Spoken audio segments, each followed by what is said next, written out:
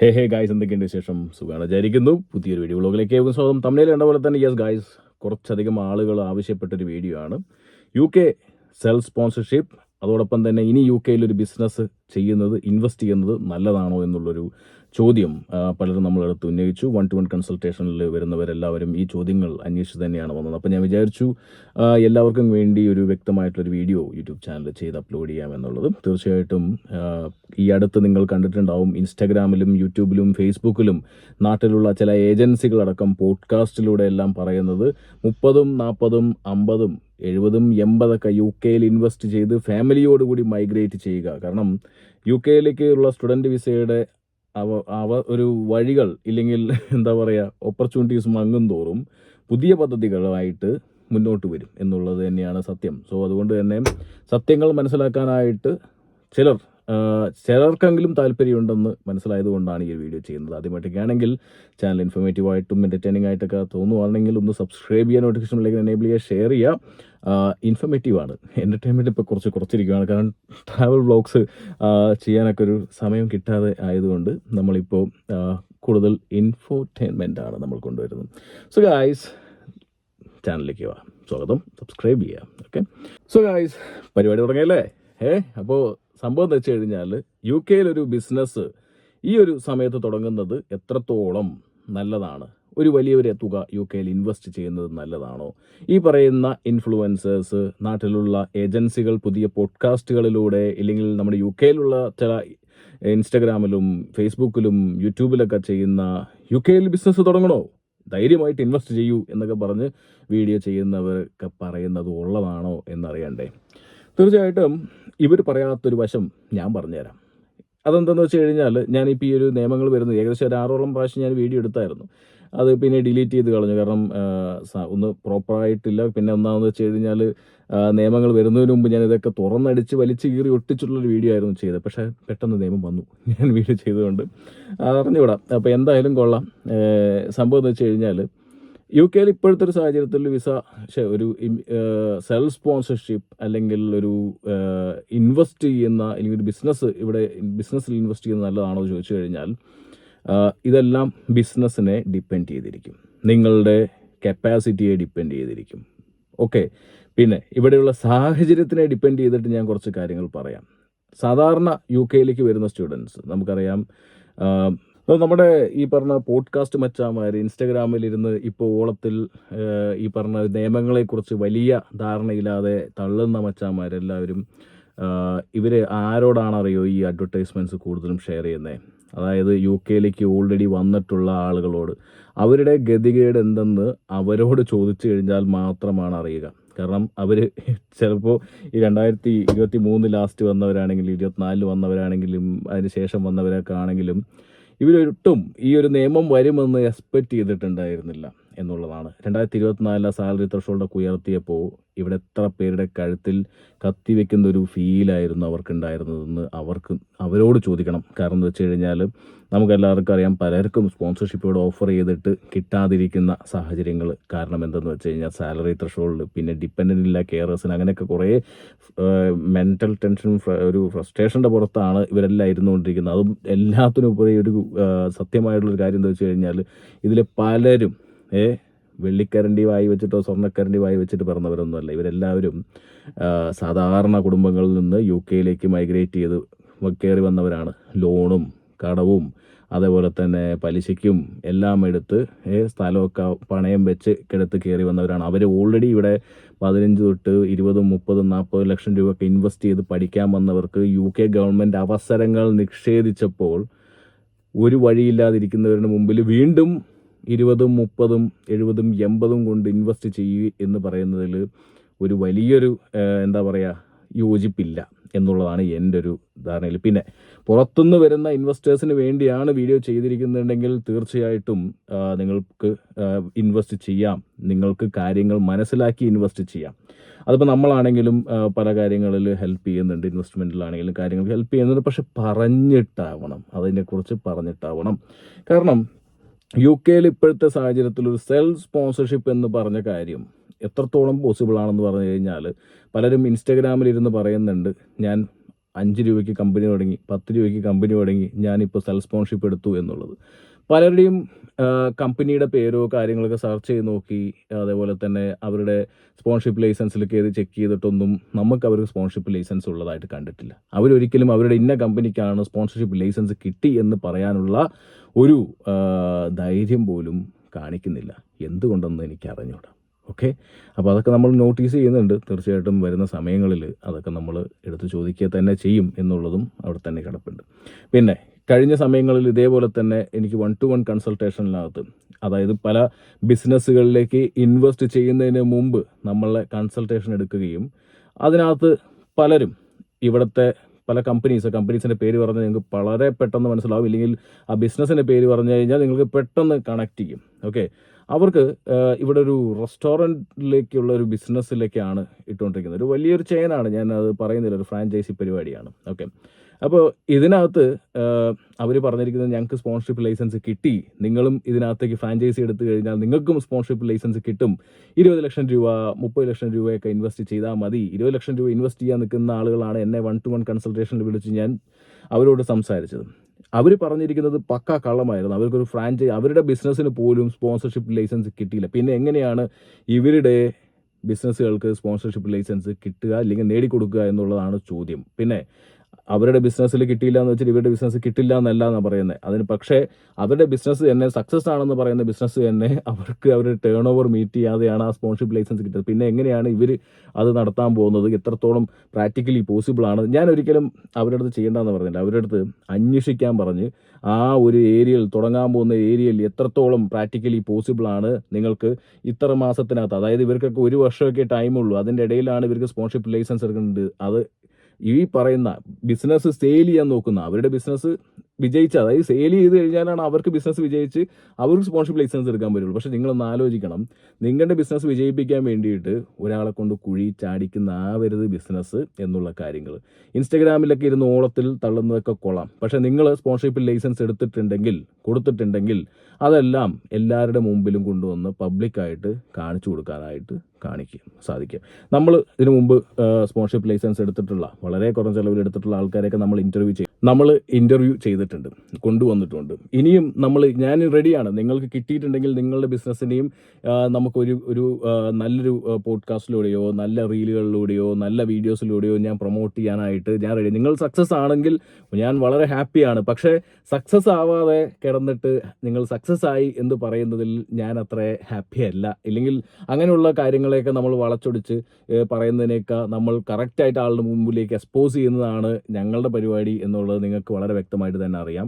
അത് വർഷങ്ങളായിട്ട് നമ്മൾ അങ്ങനെ തന്നെയാണ് ചെയ്തുകൊണ്ടിരിക്കുന്നത്. തീർച്ചയായിട്ടും നിങ്ങൾക്ക് ഞാൻ ഓപ്പണായിട്ടൊരു കാര്യം പറയട്ടെ, നിങ്ങളുടെ ബിസിനസ് സക്സസ് ആണെങ്കിൽ ഞാൻ ഉറപ്പായിട്ട് വരാം, ഞാൻ ബിസിനസ്സിനെ ഇൻ്റർവ്യൂ ചെയ്യാം. നിങ്ങളുടെ ബിസിനസ് മറ്റുള്ള ആൾക്കൊരു മാതൃകയാവുന്നുണ്ടെങ്കിൽ 4 പേരുടെ മുമ്പിൽ ഞാൻ കാണിച്ചു കൊടുക്കാം. നിങ്ങൾക്ക് തീർച്ചയായിട്ടും അതിലൂടെ നിങ്ങളുടെ ബിസിനസ്സും അതോടൊപ്പം തന്നെ ഇനി അതിനകത്തേക്ക് ഇൻവെസ്റ്റ് ചെയ്യാൻ വരുന്നവരുടെ ഭാവിയും ഒരു പക്ഷേ നല്ല രീതിയിലേക്കാവും. അപ്പോൾ ഞാൻ പറഞ്ഞു വരുന്നൊരു കാര്യം, ഇനി UK ബിസിനസ് തുടങ്ങുന്നത് നല്ലതാണോ എന്നുള്ളൊരു ചോദ്യത്തിൽ എൻ്റെ ഒരു അറിവിൽ ഇപ്പോൾ സ്റ്റേറ്റ്മെൻറ്റ് ഓഫ് ചേഞ്ചസ് വന്നു, ഇമിഗ്രേഷൻ വൈറ്റ് പേപ്പറിൻ്റെ പോളിസീസ് എല്ലാം അറിയാം. ഇപ്പോഴത്തെ സാലറി ത്രഷോൾഡും സ്കിൽ ത്രഷോൾഡും ഏതൊക്കെ രീതിയിലാണ് നിങ്ങൾ ബാധിക്കാൻ പോകുന്നത്. ടെമ്പററി ഷോർട്ടേജ് ലിസ്റ്റ് നിങ്ങൾക്ക് എല്ലാവർക്കും അറിയാം, ഒരുപാട് ജോബുകൾ അതിനകത്തേക്ക് ആഡ് ചെയ്തിട്ടുണ്ട്. ഈ ജോബുകൾ നിങ്ങളിപ്പോൾ ഒരു കമ്പനി തുടങ്ങി എടുക്കുകയാണെങ്കിൽ എന്തൊക്കെയാണ് പ്രശ്നങ്ങൾ, ഇതൊക്കെ നമ്മൾ മിനിമം അറിഞ്ഞിരിക്കണ്ടേ. ഒരു സെൽഫ് സ്പോൺഷിപ്പിൻ്റെ കേസിൽ ഒരു 15, 20, 30 മുടക്കിയിട്ട് ഒരു ടേക്ക് അവേ, ഓഫ് ലൈസൻസ്, അതേപോലെ തന്നെ റെസ്റ്റോറൻറ്റ്, അതേപോലെ തന്നെ ഫുഡ് ട്രക്കുകൾ, പിന്നെ അതേപോലെ തന്നെ പല ബിസിനസ്സുകളുണ്ടല്ലോ ഫുഡ് റിലേറ്റഡ് ആയിട്ടും, ഇല്ലെങ്കിൽ പബ്ബ് ബാർ പരിപാടി കാര്യങ്ങളെല്ലാം നമുക്കറിയാം. ഇനി ഷെഫിന് വിസ കൊടുക്കാൻ സാധിക്കില്ല 22 ജൂലൈക്ക് ശേഷം. സോ നിങ്ങൾ കൂടുതലും ഈ പറഞ്ഞ ടേക്ക് അവേയും ഓഫ് ലൈസൻസും ഇല്ലെങ്കിൽ ഈ റെസ്റ്റോറൻറ്റ്സും ഹോട്ടലൊക്കെ പരിപാടിയൊക്കെ തുടങ്ങുന്ന സമയത്ത് നിങ്ങൾ ഷെഫിൻ്റെ വിസയായിരിക്കും കൂടുതലായിട്ട് നോക്കുന്നത്, ഇല്ലെങ്കിൽ റെസ്റ്റോറൻറ്റ് മാനേജർ, ഫ്ലോർ മാനേജർ പോലുള്ള ജോബുകളായിരിക്കും കൂടുതൽ നോക്കുന്നത്. നമ്മുടെ ഇമിഗ്രേഷൻ സോളിസിറ്ററുമായിട്ടുള്ള ഇൻ്റർവ്യൂ വളരെ വ്യക്തമായിട്ട് തന്നെ അതിനകത്ത് പറഞ്ഞിട്ടുണ്ട്, ഇനി അതിന് വിസ ലഭിക്കില്ല. തട്ടിക്കൂട്ട് കാണിച്ചിട്ട് ഇവിടെ ഒരു സ്പോൺസർഷിപ്പ് ലൈസൻസ് എടുക്കാം എന്ന് വിചാരിച്ചു കഴിഞ്ഞാൽ ഇനി അത് പോസിബിൾ അല്ല എന്ന് തന്നെ വളരെ വ്യക്തമായിട്ട് തന്നെ അതിനകത്ത് പറഞ്ഞിട്ടുണ്ടായിരുന്നു. അത് തന്നെയാണ് സ്റ്റേറ്റ്മെൻറ്റ് ഓഫ് ചേഞ്ചസിനകത്തും പറഞ്ഞിരിക്കുന്നത്. അപ്പോൾ കൂടുതൽ ആളുകളും ഇവിടെ ചെയ്യുന്ന ബിസിനസ് എന്തെന്ന് ചോദിച്ചു കഴിഞ്ഞാൽ റെസ്റ്റോറൻറ്റ് ചെയിൻസ് ആയിരിക്കും, അതേപോലെ തന്നെ ഫുഡ് ട്രക്കുകളായിരിക്കാം, അതേപോലെ തന്നെ മറ്റ് ഒരുപാട് ബിസിനസ്സുകളുണ്ട്, അതൊക്കെ ആയിരിക്കാം. ഓക്കെ, നിങ്ങൾ അതിനകത്ത് അറിയാമല്ലോ, ഇപ്പോൾ അതിനകത്ത് പോസിബിൾ അല്ല സ്പോൺസർഷിപ്പ് ലൈസൻസ് എടുക്കാനായിട്ട് സ്പോൺസർഷിപ്പ് ലൈസൻസ് എടുക്കുന്നതിന് പ്രശ്നമില്ല, പക്ഷേ അതിനകത്തുള്ള ജോബുകൾ കിട്ടാനായിട്ട് പോസിബിൾ അല്ല. അപ്പോൾ ഈ ഒരു കാര്യം ഈ പറഞ്ഞ ഇൻസ്റ്റഗ്രാം ഇൻഫ്ലുവൻസേഴ്സ് കാര്യങ്ങൾ വിളിച്ച് പറഞ്ഞിട്ട് വേണം ആളുകളെ ബിസിനസ്സിലേക്ക് നമ്മളും ഏറ്റവും ഫസ്റ്റ് സെൽഫ് സ്പോൺസർഷിപ്പിനെ കുറിച്ച് എനിക്ക് തോന്നുന്നു മലയാളത്തിൽ വീഡിയോ ചെയ്ത വ്യക്തി ഞാൻ. അതിന് ശേഷമാണ് പലരും അതിനെ കോപ്പി പേസ്റ്റ് ചെയ്തിട്ട് പലരും വീഡിയോ ചെയ്തിട്ടുണ്ടായിരുന്നു. അപ്പോൾ ഈ സെൽഫ് സ്പോൺസർഷിപ്പിനെ കുറിച്ച് അന്ന് ഞാൻ വളരെ വ്യക്തമായിട്ട് തന്നെ പറഞ്ഞു. അതിനകത്ത് കണ്ട് ഒരുപാട് പേര് സെൽഫ് സ്പോൺസർഷിപ്പ് എടുത്തു. അതിനകത്ത് പലരും ഞാൻ തന്നെ ഇൻ്റർവ്യൂ ചെയ്ത് കൊണ്ടുവന്ന് കാണിച്ചിട്ടുണ്ടായിരുന്നു. അപ്പോൾ സെൽഫ് സ്പോൺസർഷിപ്പിന് ഒരു ഓപ്ഷൻ ഉണ്ടായിരുന്നു. അത് ഒരിക്കലും നിങ്ങൾ ഹോം ഓഫീസിൻ്റെ വെബ്സൈറ്റിൽ പോയി കഴിഞ്ഞാൽ സെൽഫ് സ്പോൺസർഷിപ്പ് എന്ന് പറഞ്ഞാൽ സെർച്ച് ചെയ്താൽ കിട്ടൂല എന്ന് പലവട്ടം പറഞ്ഞിട്ടുണ്ട് ഞാൻ. അതെല്ലാം ഒരു എന്താ പറയുക, ഒരു ഹോള് ഇമിഗ്രേഷൻ സിസ്റ്റത്തിന് അതിനകത്തൂടെ നുഴഞ്ഞു കയറി പോവുക എന്ന് വേണമെങ്കിൽ പറയാം. അതാണ് സിമ്പിളായിട്ട് പച്ച മലയാളത്തിൽ പറഞ്ഞു തരാൻ പറ്റുന്നത്. അപ്പോൾ അത് നമ്മൾ യൂസ് ചെയ്ത് കുറേ പേര് എടുത്തു. പക്ഷേ ഇപ്പോൾ ഒരു പോസിബിലിറ്റീസ് പറയുമ്പോൾ ഇപ്പോൾ ഉള്ള നിയമങ്ങൾ നമ്മളെ എഫക്റ്റ് ചെയ്യുന്നത് കൊണ്ടാണ്. അപ്പോൾ ഇനി നമ്മൾ എന്ത് ചെയ്യും എന്ന് ചോദിച്ചു കഴിഞ്ഞാൽ, ഇനി വലിയ ബിസിനസ്സുകൾ, ഞാൻ പറഞ്ഞ എല്ലാ ബിസിനസ്സുകളും അല്ല, ഞാനിപ്പോൾ ഈ ഹോട്ടൽ പരിപാടികളും ഇമ്പോർട്ട് എക്സ്പോർട്ട്സ് പരിപാടി കാര്യങ്ങളൊക്കെയാണ്. ഓക്കെ, ഇനി നിങ്ങൾ ആലോചിക്കുക, ഈ ഹോട്ടൽ, റെസ്റ്റോറൻറ്റ്, ഇല്ലെങ്കിൽ ടേക്ക് അവേ, ഫുഡ് ട്രക്ക് പരിപാടി കാര്യങ്ങളെല്ലാം പറയാലോ, നമ്മുടെ സാലറി ത്രഷോൾഡ്, സ്കിൽ ത്രഷോൾഡ്, ആർക്കി ഓഫ് ലെവൽ 6 and above 41,700 പൗണ്ടാണ്. 38,700 പൗണ്ട് സാലറി ഉണ്ടായിരുന്ന സമയത്ത് തന്നെ നമുക്ക് ഒരാളെ സ്പോൺസർ ചെയ്യാൻ വേണ്ടിയിട്ട് ചക്രശ്വാസമായിരുന്നു എംപ്ലോയേഴ്സ് വലിച്ചിട്ടുണ്ടായിരുന്നു. അതൊപ്പം തന്നെ ഇപ്പോൾ ഈ പറഞ്ഞ 41,700 ഒരു ബേസിക് പേ ആണ്. ഇപ്പം നിങ്ങൾ ജോബ് കോഡിനനുസരിച്ച് അത് വേരി ചെയ്യും. അപ്പോൾ നിങ്ങളുടെ ജോബ് കോഡ് നല്ലൊരു റിസർച്ച് ആൻഡ് ഡെവലപ്മെൻറ്റ്, ഇപ്പോൾ പലരും പറയുന്നുണ്ട് റെസ്റ്റോറൻറ്റിൽ ഇനിയും ബിസിനസ് എടുക്കാം, എന്ത് റിസർച്ച് ആൻഡ് ഡെവലപ്മെൻറ്റ് എന്നുള്ള ഇതിൽ 40,000-40,000 മേലെയോ 50,000 മേലെയോ സാലറി അവർക്ക് കൊടുക്കണം. ഈ 40-50 രൂപ സാലറി കൊടുക്കുമ്പോൾ ഒരു സാധാരണക്കാരൻ ബിസിനസ് തുടങ്ങിക്കഴിഞ്ഞാൽ ഒരു 10-30 ലക്ഷം രൂപ ഇട്ട് ഇൻവെസ്റ്റ് ചെയ്ത ബിസിനസ്സിനകത്ത് ഒരു 40,000 പൗണ്ടിൽ 45,000 പൗണ്ടിൽ ഇല്ലെങ്കിൽ അതിന് മേലെ നീ വിചാരിച്ചോ, ഇല്ലെങ്കിൽ നിങ്ങളുടെ ജോബ് കോഡിന് കിട്ടുന്ന സാലറി എത്രയാണോ ആ സാലറി കുറവാണെങ്കിൽ ഓക്കെ, പക്ഷേ എബോവ് 40 ആണെന്നുണ്ടെങ്കിൽ ഒരു വർഷം നിങ്ങൾക്കത് കളക്ട് ചെയ്യണമെന്നുണ്ടെങ്കിൽ എത്രത്തോളം പണിയെടുക്കണം, അത് പ്രാക്ടിക്കലി പോസിബിൾ ആണോ, അതിൻ്റെ എന്താ പറയുക, നിങ്ങൾ ആ ബിസിനസ്സിനെ കുറിച്ച് പ്രോപ്പറായി റിസർച്ച് ചെയ്ത് മാത്രം ബിസിനസ് ഇടുക. ഇൻസ്റ്റാഗ്രാമിലെ വീഡിയോ, യൂട്യൂബിലെ വീഡിയോ കണ്ട് ബിസിനസ്സിൽ പൈസ ഇട്ട് കഴിഞ്ഞാൽ ആ പൈസ പോവും. ഇനിയിപ്പോൾ നിങ്ങൾ വിസ വേണ്ട ചേട്ടാ, ഇൻവെസ്റ്റ് ചെയ്തിട്ട് നാട്ടിലിരുന്ന് ഞങ്ങൾക്ക് പൈസ തന്നാൽ മതി, നിങ്ങളത് മാനേജ് ചെയ്തോ എന്ന് പറയുവാണെന്നുണ്ടെങ്കിൽ ഓക്കെ, അത് ഓക്കെയാണ്, അത് ഡെഫിനറ്റ്ലി ഓക്കെയാണ്. നിങ്ങൾക്ക് വിസ വേണ്ട, നിങ്ങൾ ഇൻവെസ്റ്റ് ചെയ്ത പൈസ ആരെങ്കിലും ഇവിടെ റൺ ചെയ്ത് ഞങ്ങൾക്ക് മാസം അത് റിട്ടേൺ ആയിട്ട് ഇല്ലെങ്കിൽ ഒരു ഇൻകം ആയിട്ട് തരുന്നുണ്ടെങ്കിൽ അത് നൈസ്. ഓക്കെ, അത് ഞാൻ സപ്പോർട്ട് ചെയ്യും. തീർച്ചയായിട്ടും നമ്മളും അത് ചെയ്തു കൊടുക്കുന്നുണ്ട്. പ്രോപ്പർട്ടീസിലാണെങ്കിലും ഇല്ലെങ്കിൽ മറ്റ് സൂപ്പർ മാർക്കറ്റ്സിലാണെങ്കിലും ഓഫ് ലൈസൻസിലാണെങ്കിലും പബ്ബുകളിലാണെങ്കിലും ഇൻവെസ്റ്റ് ചെയ്തിട്ട് അങ്ങനെ. ഇപ്പോൾ വിസ വേണ്ടാത്തവർ US-ലും UK-ലും മാത്രമല്ല ദുബായിലും നാട്ടിലൊക്കെ ഇരുന്നിട്ട് ഇൻവെസ്റ്റ് ചെയ്യണമെന്നുണ്ടെങ്കിൽ ധൈര്യമായിട്ട് നമ്മൾ ചെയ്തു കൊടുക്കും. പക്ഷേ അവർക്കൊരു വിസ വേണമെന്ന് വെച്ച് കഴിഞ്ഞാൽ അവർക്ക് ഹ്യൂജ് സാലറി കൊടുക്കേണ്ടി വരും. ഈ ഹ്യൂജ് സാലറി ആ ബിസിനസ്സിൽ നിന്ന് കിട്ടണമെന്ന് ഇല്ല. ഇനിയിപ്പോൾ ഹ്യൂജ് സാലറി കിട്ടുന്ന ബിസിനസ് ആണെന്നുണ്ടെങ്കിൽ ഡെഫിനറ്റ്ലി ആ ബിസിനസ് ചെയ്യാം. ഞാൻ അതാണ് പറഞ്ഞത്, ഇവിടെ ബിസിനസ് ചെയ്യുന്നത് നല്ലതാണോ എന്ന് ചോദിച്ചു കഴിഞ്ഞാൽ ഇത് ഡിപ്പെൻസ് ആണ്. കാരണം എന്ന് വെച്ച് കഴിഞ്ഞാൽ ഇപ്പോൾ നിങ്ങൾ ഇൻവെസ്റ്റ് ചെയ്യുന്ന ഒരു 50 കോടി ഇൻവെസ്റ്റ് ചെയ്തിട്ടുള്ളൊരു ബിസിനസ്സാണ്, അതിനകത്ത് നിങ്ങൾക്കൊരു ഒരു വർഷം ഒരു 2 കോടി 3 കോടി രൂപയൊക്കെ കിട്ടും എന്നൊക്കെ വിചാരിക്കുകയാണെന്നുണ്ടെങ്കിൽ അതൊക്കെ ഒരു വലിയ ഹ്യൂജ് ബിസിനസ്സാണ്, അതൊക്കെ വലിയ ബിസിനസ്സുകളാണ്. അപ്പോൾ അങ്ങനെയുള്ള ബിസിനസ്സുകളൊക്കെ നിങ്ങൾക്ക് ഇവിടെ ഇൻവെസ്റ്റ് ചെയ്യുന്നതിന് കുഴപ്പമില്ല. 5-6 കോടിയൊക്കെ ഇൻവെസ്റ്റ് ചെയ്തിട്ടുള്ള ബിസിനസ്സുകൾ തുടങ്ങി അതിനകത്ത് ഒരു 70,000 പൗണ്ട് 80,000 പൗണ്ടൊക്കെ നിങ്ങൾ മാസം ഉണ്ടാക്കുന്നില്ലെങ്കിൽ വർഷം ഉണ്ടാക്കുന്നുണ്ടെങ്കിൽ അങ്ങനത്തുള്ള ബിസിനസ്. അതായത് ബിസിനസ് എപ്പോഴും നമ്മുടെ സാലറി ലിമിറ്റ്, അതായത് ഇപ്പോൾ നിങ്ങൾക്കറിയാം ഇപ്പോൾ ഉള്ള നിങ്ങളുടെ സാലറി, ഇപ്പോൾ നിങ്ങൾ എന്ത് ജോബ് ആവട്ടെ, ഏത് ജോബ് ആവട്ടെ, ഞാൻ ഇന്ന ജോബ് എന്ന് പറയുന്നില്ല, അതിൻ്റെ സാലറി ഇപ്പോൾ സ്റ്റേറ്റ്മെൻറ്റ് ഓഫ് ചേഞ്ചസിൽ കയറി ചെക്ക് ചെയ്തിട്ട് നിങ്ങൾ നോക്കുക എത്രയാണ് ആ സാലറി. നിങ്ങൾ അതിൻ്റെ സാലറി നിങ്ങൾ ചെക്ക് ചെയ്തിട്ട് നോക്കുക എത്രയാണ് ആ സാലറി എന്നുള്ളത്. ആ സാലറി നിങ്ങൾക്ക് മീറ്റ് ചെയ്യാൻ പറ്റുന്നുണ്ടെങ്കിൽ ആ ബിസിനസ് തുടങ്ങുന്നതിന് തെറ്റില്ല. അത് റെസ്റ്റോറൻ്റ് ആവട്ടെ, ഓഫ് ലൈസൻസ് ആയിട്ട് എനി ബിസിനസ്. പക്ഷേ എൻ്റെ റിസർച്ചിനകത്ത് ഇല്ലെങ്കിൽ നമ്മൾക്ക് മനസ്സിലാകുന്ന വെച്ച് കഴിഞ്ഞാൽ എല്ലാ ബിസിനസ്സുകളും അത്രത്തോളം ഒരു എന്താ പറയുക നിങ്ങൾക്ക് റിട്ടേൺസ് കിട്ടുന്ന ബിസിനസ് ആവണമെന്നില്ല. നിങ്ങൾ പറഞ്ഞ സമയത്തിനകത്ത്, ഇല്ലെങ്കിൽ നിങ്ങൾക്ക് ആവശ്യമുള്ള സമയത്തിനകത്ത്, ഇല്ലെങ്കിൽ നിങ്ങൾക്ക് വേണ്ട സാലറി റിക്വയർമെൻറ്റ് മീറ്റ് ചെയ്യാൻ പറ്റിയെന്ന് വരില്ല. അപ്പോൾ ഞാനത് പറയുന്നത്, നിങ്ങൾ ഏത് ഇൻഫ്ലുവൻസർ വീഡിയോ ചെയ്ത്, ഇൻസ്റ്റഗ്രാമിൽ വീഡിയോ ചെയ്ത്, ഇല്ലെങ്കിൽ യൂട്യൂബിൽ വീഡിയോ ചെയ്ത് നിങ്ങൾ വിസ തുടങ്ങാൻ പോകുന്നതിന് മുമ്പ്, വലിയൊരു തുക മുടക്കാൻ പോകുന്നതിന് മുമ്പ് ധൈര്യമായിട്ട് നമ്മളുമായിട്ട് 1-to-1 കൺസൾട്ടേഷൻ ബുക്ക് ചെയ്യാം. അതിപ്പോൾ ഏതാൾ ചെയ്യുന്ന ബിസിനസ് ആളായിട്ട് തീർച്ചയായിട്ടും കൺസൾട്ടേഷൻ ബുക്ക് ചെയ്യാം.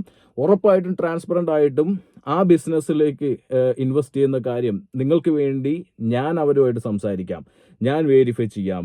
നിങ്ങൾക്ക് ആവശ്യമുണ്ടെങ്കിൽ ഞാൻ അത് ചെയ്ത് ക്ലിയർ ചെയ്തിട്ട് തരാം. അതിന് എൻ്റെ കൺസൾട്ടേഷൻ ഞാൻ ഓപ്പൺ തീർച്ചയായിട്ടും നമ്മളും ചെയ്യുന്നത് ബിസിനസ്സുകൾ തന്നെയാണ്, നമ്മളും ബിസിനസ് ചെയ്യുന്നത്. പക്ഷേ ബിസിനസ് ചെയ്യുമ്പോൾ ഇവിടെയുള്ള ഇപ്പോഴുള്ള സിറ്റുവേഷൻസിനെ കുറിച്ചും കൂടി നമ്മൾ വലിയ രീതിയിൽ എക്സ്പ്ലെയിൻ ചെയ്യണം. പക്ഷേ ഈ സിറ്റുവേഷൻസിനെ നമ്മൾ മറച്ചു വെച്ച് ബിസിനസ്സിന് ആവശ്യമായ രീതിക്ക് അതിനെ മാനിപ്പുലേറ്റ് ചെയ്ത് നിങ്ങൾക്ക് വീഡിയോ ചെയ്ത് തരുന്നുണ്ടെങ്കിൽ അത് റോങ് ആണ്, അത് ശരിയല്ല എന്ന് വേണമെങ്കിൽ പറയാം. അപ്പോൾ ഇവിടെയുള്ള ഇമിഗ്രേഷൻ വൈറ്റ് പേപ്പർ എല്ലാവർക്കും വായിക്കാവുന്ന PDF ആണ്. നിങ്ങൾക്ക് ഗവൺമെൻറ് ഓഫ് UK വെബ്സൈറ്റിൽ പോയി കഴിഞ്ഞാൽ വായിക്കാം, നിങ്ങൾക്ക് മനസ്സിലാക്കാം. ഒരു ഏജൻസി ഇല്ലെങ്കിൽ ഒരു ഇൻഫ്ലുവൻസർ പറയുന്നത് നിങ്ങൾ വിശ്വസിക്കാതെ അതിനകത്ത് മാത്രം വിശ്വസിക്കാം. പിന്നെ നാട്ടിൽ നിന്നൊക്കെ ഇപ്പോൾ പല പരസ്യങ്ങളും കാണുന്നുണ്ട്. UK-യിൽ 70 ലക്ഷം രൂപ ഇൻവെസ്റ്റ് ചെയ്യും, ഇല്ലെങ്കിൽ 60 ലക്ഷം രൂപ UK-യിൽ ഇൻവെസ്റ്റ് ചെയ്ത് നിങ്ങൾക്ക് ഫാമിലി ആയിട്ട് മൈഗ്രേറ്റ് ചെയ്യാം എന്നൊക്കെ പറയുന്ന അനേകം വീഡിയോസ് നിങ്ങൾക്ക് കാണാനായിട്ട് സാധിക്കും. തീർച്ചയായിട്ടും ഒരു കാര്യം കൂടി ഞാൻ പറഞ്ഞേക്കാം, അത് വെരിഫൈ ചെയ്യുക, അത് പോസിബിളാണെന്ന് വെരിഫൈ ചെയ്യുക, വെരിഫൈ ചെയ്ത് മാത്രം ബിസിനസ് എടുക്കുക. അത് ലക്ഷങ്ങൾ. കഴിഞ്ഞ ഒരു കഥയും കൂടി ഞാൻ പറഞ്ഞു തരാം. ഇൻസ്റ്റഗ്രാമിൽ ഇതേപോലെ തന്നെ ഒരു സുഹൃത്താണ് നമുക്ക് മെസ്സേജ് അയച്ച്. ആ സുഹൃത്തിൻ്റെ ക്ലയൻറ്റിനുണ്ടായുള്ളൊരു ഇഷ്യൂ ആണ്. കാരണം എന്ന് വെച്ച് കഴിഞ്ഞാൽ ഇതേപോലെ തന്നെ UK-യിൽ ഒരാൾ, ഞാൻ പറയുന്നില്ല, അപ്പോൾ ഈ പുള്ളി 1.5 കോടി രൂപയാണ് ആ ക്ലയൻറ്റിൻ്റെ കയ്യിൽ നിന്ന് UK-യിലേക്ക് ബിസിനസ് ചെയ്യാൻ വേണ്ടി ഇൻവെസ്റ്റ് ചെയ്ത് അവർക്ക് മൈഗ്രേറ്റ് ചെയ്യണം.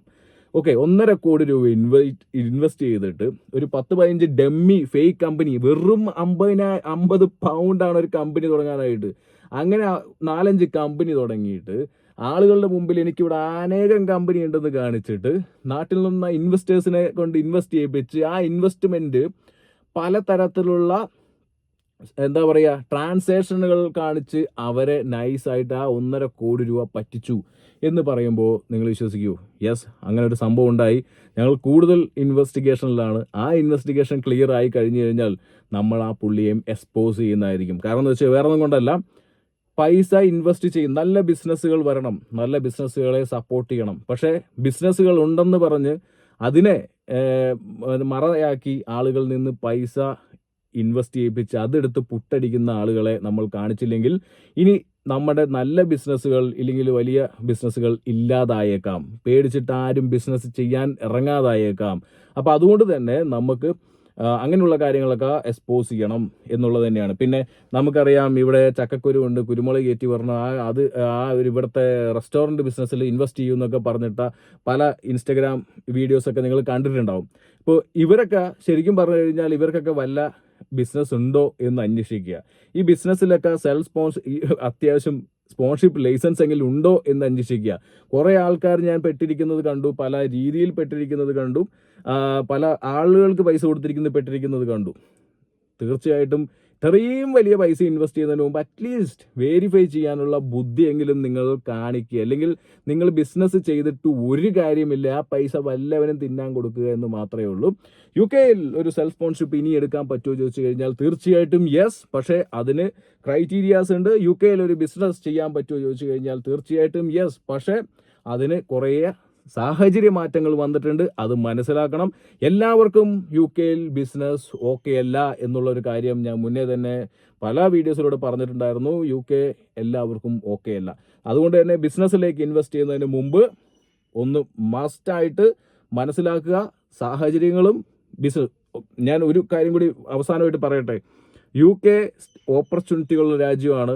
പക്ഷേ ഒരു കാരണവശാലും ഈ ഇൻസ്റ്റഗ്രാമിൽ ഞാൻ സക്സസ് ആണെന്ന് പറഞ്ഞ് ഇൻ്റർവ്യൂസ് കണ്ട് ഒരിക്കലും അവരെ കോപ്പി അടിക്കാൻ നിൽക്കരുത്. കാരണം അവർ ചിലപ്പോൾ സക്സസ് ആയിട്ടുണ്ടാവാം, സക്സസ് ആവാതെ ഇരുന്നിട്ട് തള്ളുന്നുണ്ടാവാം. അത് നിങ്ങൾക്ക് ഒരിക്കലും അറിയാൻ പോകുന്നില്ല. ഒരിക്കലും അവർ കമ്പനിയുടെ സ്റ്റേറ്റ്മെൻറ്റ്സോ ഇല്ലെങ്കിൽ ഓഡിറ്റ് റിപ്പോർട്ടുകളോ കാര്യങ്ങളൊന്നും നിങ്ങളുടെ മുന്നിൽ കൊണ്ടൊന്ന് കാണിക്കാൻ പോകുന്നില്ല. അതുകൊണ്ട് തന്നെ പല തള്ളുകളാണ്. അതുകൊണ്ട് മനസ്സിലാക്കി മാത്രം ബിസിനസ് ചെയ്യുക. മനസ്സിലാക്കുക. വണക്കം.